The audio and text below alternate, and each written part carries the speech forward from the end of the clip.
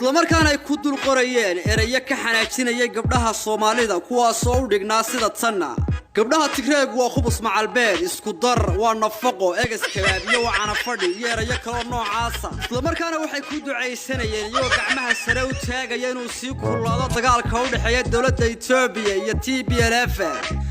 si ay ugu soo qaxaan gabdhaha Tigreeg oo ay ku sheegayeen inay yihiin biisa si gaar ah loo farsameeyay gabdhaha Soomaalida oo arrinkaasi u arkayeen inuu si ay ugu soo qaxaan gabdhaha Tigreeg oo ay ku sheegayeen inay yihiin biisa si gaar ah loo farsameeyay gabdhaha Soomaalida oo arrinkaasi u arkayeen inuu ku yahay qadaf iyo meel ka dhacaya dhankooda bilaabay inay soo saaraan iyaguna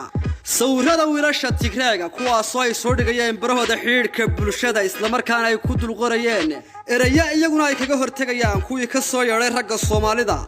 waxa xusid mudan daawadayaal sawirada ay gabdhaha Soomaalidu kala soo baxeen googlaha inuu ku jiro sawir uu leeyahay agaasimaha tooshka siyaasadda